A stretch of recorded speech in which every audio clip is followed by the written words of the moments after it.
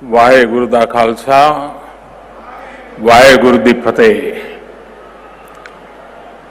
केंद्रीय मंत्रिमंडल के मेरे सहयोगीगण, राज्यों के मुख्यमंत्रीगण, विभिन्न सम्मानित संस्थाओं के चेयरमैन और प्रेसिडेंट, डिप्लोमेट्स, देश भर से जुड़े विशेष रूप से इस कार्यक्रम के साथ आए हुए बालक बालिकाएं, अन्य सभी महानुभाव, देवी और सज्जनों, आज देश पहला वीर बाल दिवस मना रहा है। जिस दिन को,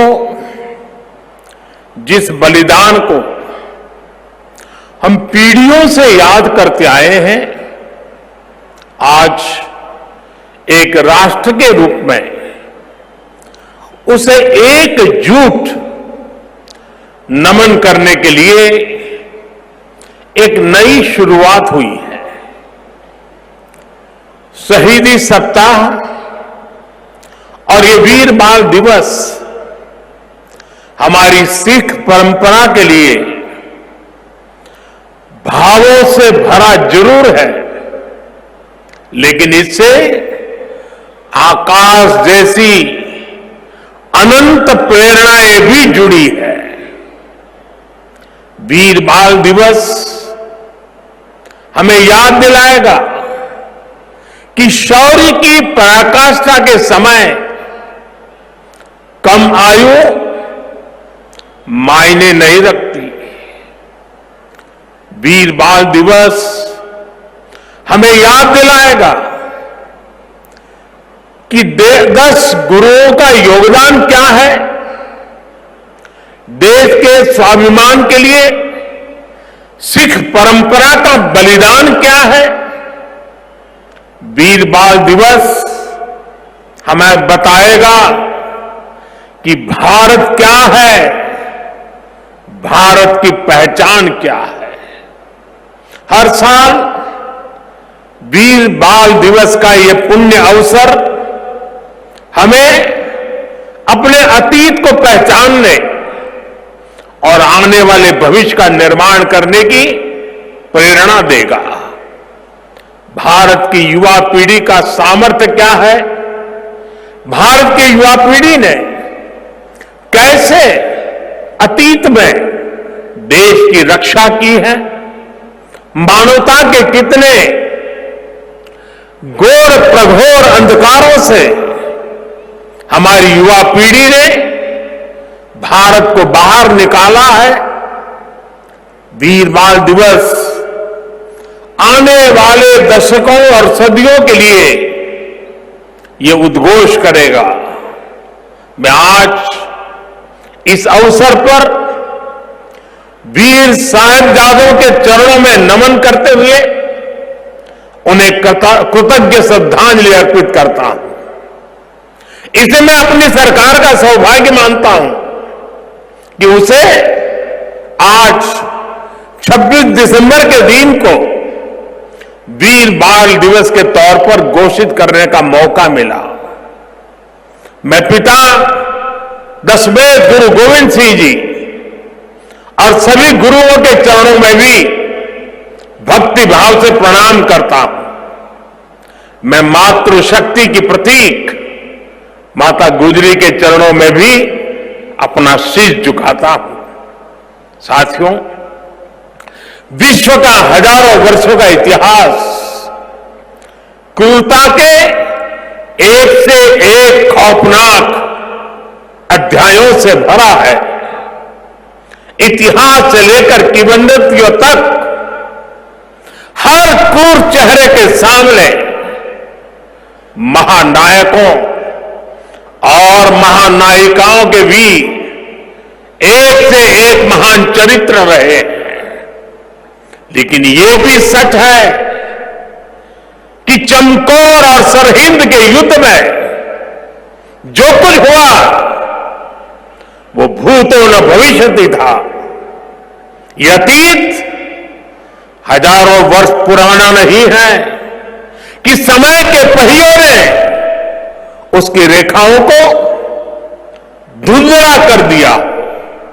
ये सब कुछ इसी देश की मिट्टी पर केवल 3 सदी पहले हुआ।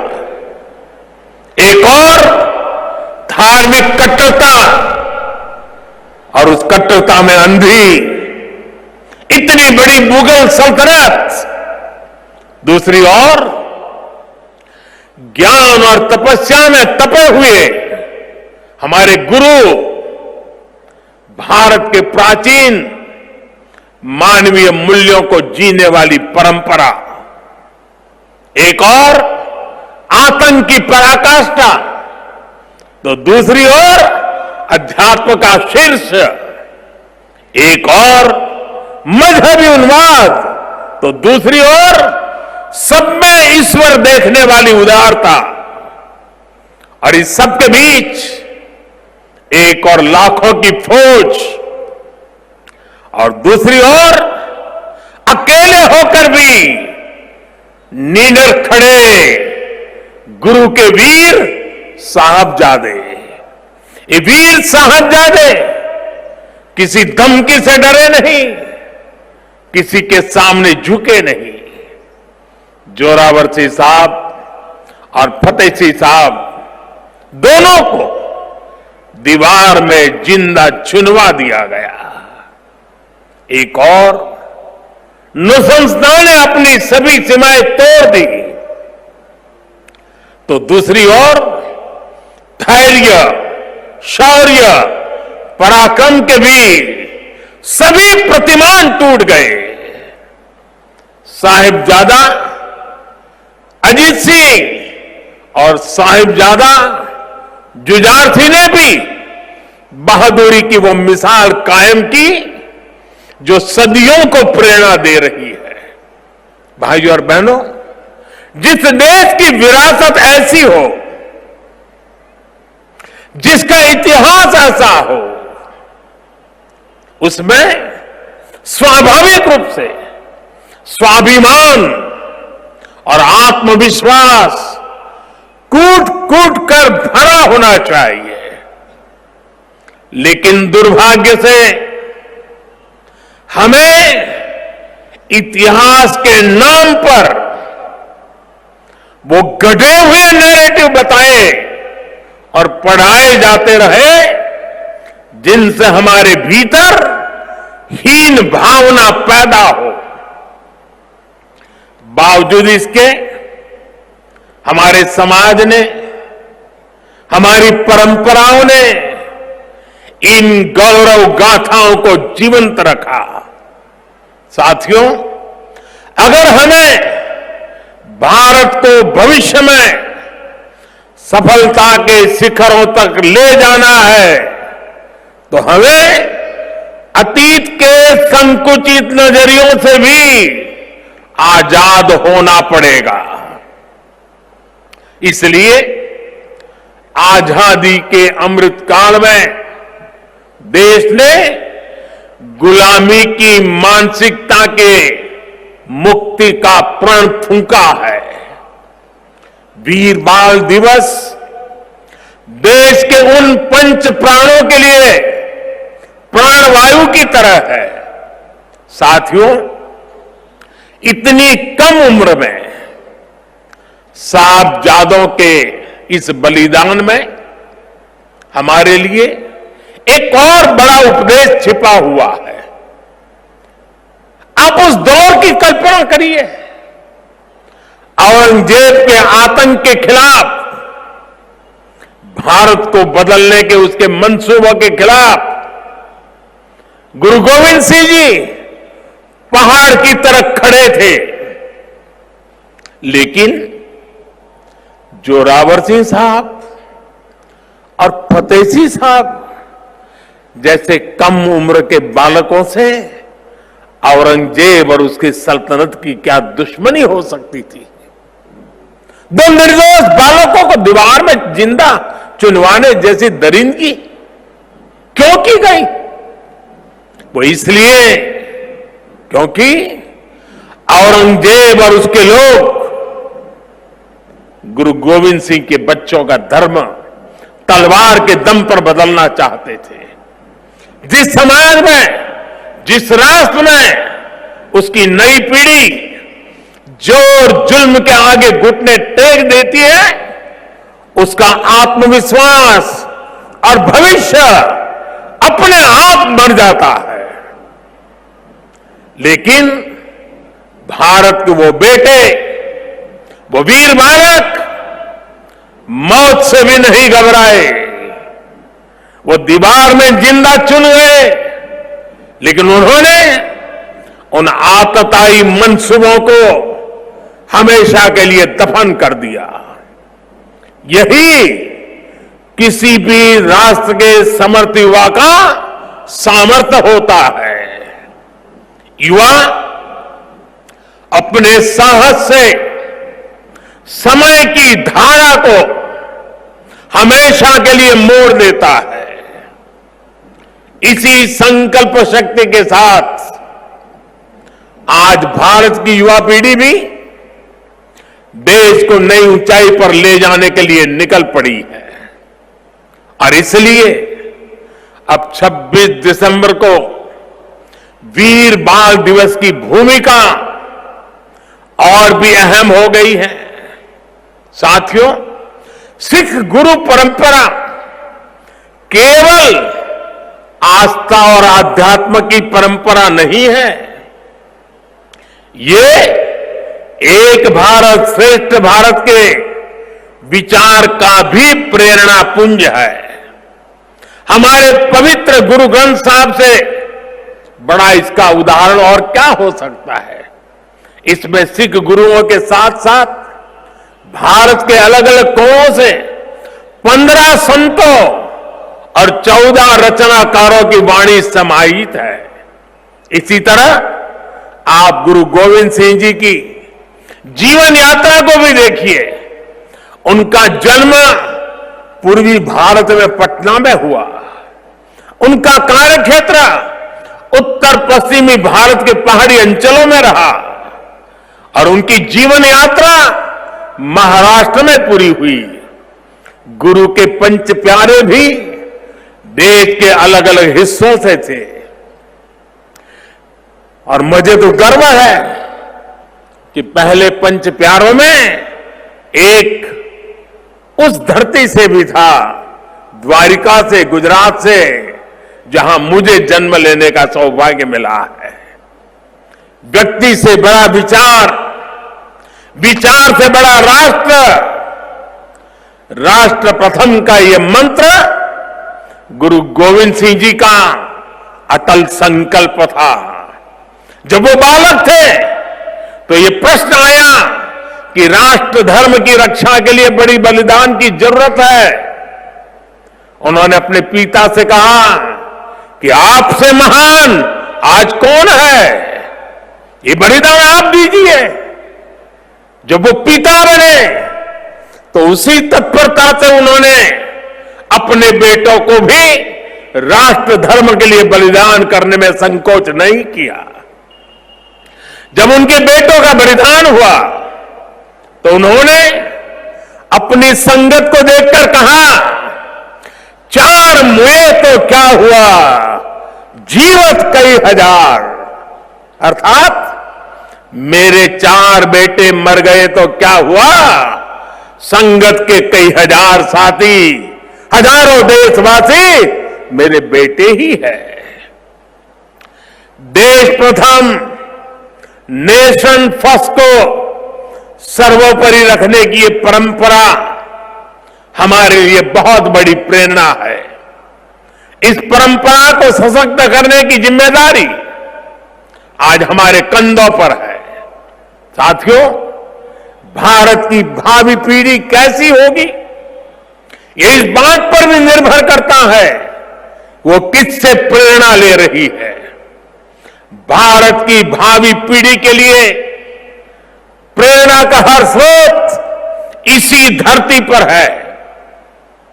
कहा जाता है कि हमारे देश भारत का नाम जिस बालक भारत के नाम पर पड़ा, वो सिंहों और दानवों तक संहार करके थकते नहीं थे। हम आज भी धर्म और भक्ति की बात करते हैं तो भक्तराज प्रहलाद को याद करते हैं। हम धैर्य और विवेक की बात करते हैं तो बालक ध्रुव का उदाहरण देते हैं। हम मृत्यु के देवता यमराज को भी अपने तप से प्रभावित कर लेने वाले नचिकेता को भी नमन करते हैं, जिस नेत्री नचिकेता ने बाल्यकाल में यमराज को पूछा था, व्हाट इज डेथ, मृत्यु क्या होता है। हम बाल राम के ज्ञान से लेकर उनके शौर्य तक, वशिष्ठ के आश्रम से लेकर विश्वामित्र के आश्रम तक, उनके जीवन में हम पग पग पर आदर्श देखते हैं। प्रभु राम के बेटे लवकुश की कहानी भी हर मां अपने बच्चों को सुनाती है। श्री कृष्ण भी हमें जब याद आते हैं तो सबसे पहले कान्हा की वो छवि याद आती है, जिनकी बंशी में प्रेम के स्वर भी है और वो बड़े बड़े राक्षसों का संहार भी करते हैं। उस पौराणिक युग से लेकर आधुनिक काल तक वीर बालक बालिकाएं भारत की परंपरा का प्रतिबिंब रहे हैं। लेकिन साथियों, आज एक सच्चाई भी मैं देश के सामने दोहराना चाहता हूं। साहबजादों ने इतना बड़ा बलिदान और त्याग किया, अपना जीवन न्यौछावर कर दिया, लेकिन आज की पीढ़ी के बच्चों को पूछेंगे तो उनमें से ज्यादातर को उनके बारे में पता ही नहीं है।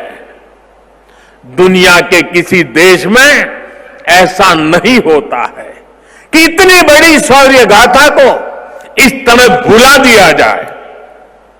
मैं आज के इस पावन दिन इस चर्चा में नहीं जाऊंगा कि पहले हमारे यहां क्यों वीर बाल दिवस का विचार तक नहीं आया, लेकिन ये जरूर कहूंगा कि हम नया भारत दशकों पहले हुई एक पुरानी भूल को सुधार रहा है। किसी भी राष्ट्र की पहचान उसके सिद्धांतों, मूल्यों और आदर्शों से होती है। हमने इतिहास में देखा है, जब किसी राष्ट्र के मूल्य बदल जाते हैं तो कुछ ही समय में उसका भविष्य भी बदल जाता है। और ये मूल्य सुरक्षित तब रहते हैं जब वर्तमान पीढ़ी के सामने अपने अतीत के आदर्श स्पष्ट होते हैं। युवा पीढ़ी को आगे बढ़ने के लिए हमेशा रोल मॉडल्स की जरूरत होती है। युवा पीढ़ी को सीखने और प्रेरणा लेने के लिए महान व्यक्तित्व वाले नायक नायिकाओं की जरूरत होती है। और इसलिए ही हम श्री राम के आदर्शों में भी आस्था रखते हैं। हम भगवान गौतम बुद्ध और भगवान महावीर से प्रेरणा पाते हैं। हम गुरु नानक देव जी की वाणी को जीने का प्रयास करते हैं। हम महाराणा प्रताप और छत्रपति वीर शिवाजी महाराज जैसे वीरों के बारे में भी पढ़ते हैं। इसलिए ही हम विभिन्न जयंतियां मनाते हैं। सैकड़ों हजारों वर्ष पुरानी घटनाओं पर भी पर्वों का आयोजन करते हैं। हमारे पूर्वजों ने समाज की जरूरत को समझा था और भारत को एक ऐसे देश के रूप में गढ़ा जिसकी संस्कृति पर्व और मान्यताओं से जुड़ी है। आने वाली पीढ़ियों के लिए यही जिम्मेदारी हमारी भी है। हमें भी उस चिंतन और चेतना को चिरंतर बनाना है। हमें अपने वैचारिक प्रवाह को अक्षुण्ण रखना है। इसलिए आजादी के अमृत महोत्सव में देश स्वाधीनता संग्राम के इतिहास को पुनर्जीवित करने के लिए प्रयास कर रहा है। हमारे स्वाधीनता सेनानियों के, वीरांगनाओं के, आदिवासी समाज के योगदान को जन जन तक पहुंचाने के लिए हम सब काम कर रहे हैं। वीर बाल दिवस जैसी पुण्यतिथि इस दिशा में प्रभावी प्रकाश स्तंभ की भूमिका निभाएगी। साथियों, मुझे खुशी है कि वीर बाल दिवस से नई पीढ़ी को जोड़ने के लिए जो क्विज कंपटीशन हुआ, जो निबंध प्रतियोगिता हुई, उसमें हजारों युवाओं ने हिस्सा लिया है।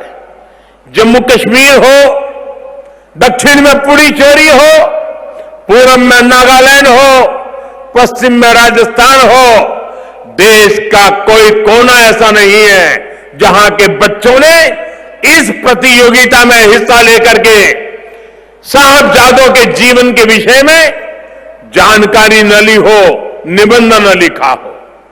देश के विभिन्न स्कूलों में भी साहबजादों से जुड़ी कई प्रतियोगिताएं हुई है।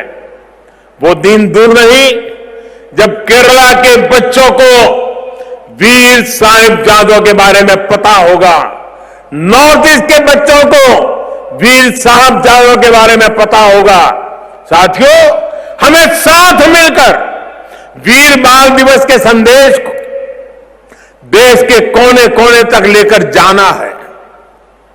हमारे साहिबजादों का जीवन, उनका जीवनी संदेश देश के हर बच्चे तक पहुंचे, वो उनसे प्रेरणा लेकर देश के लिए समर्पित नागरिक बने। हमें इसके लिए भी प्रयास करने हैं। मुझे विश्वास है हमारे एकजुट प्रयास समर्थ और विकसित भारत के हमारे लक्ष्य को नई ऊर्जा देंगे। मैं फिर एक बार वीर साहिबजादों के चरणों में नमन करते हुए इसी संकल्प के साथ आप सभी का हृदय से बहुत बहुत धन्यवाद करता हूं।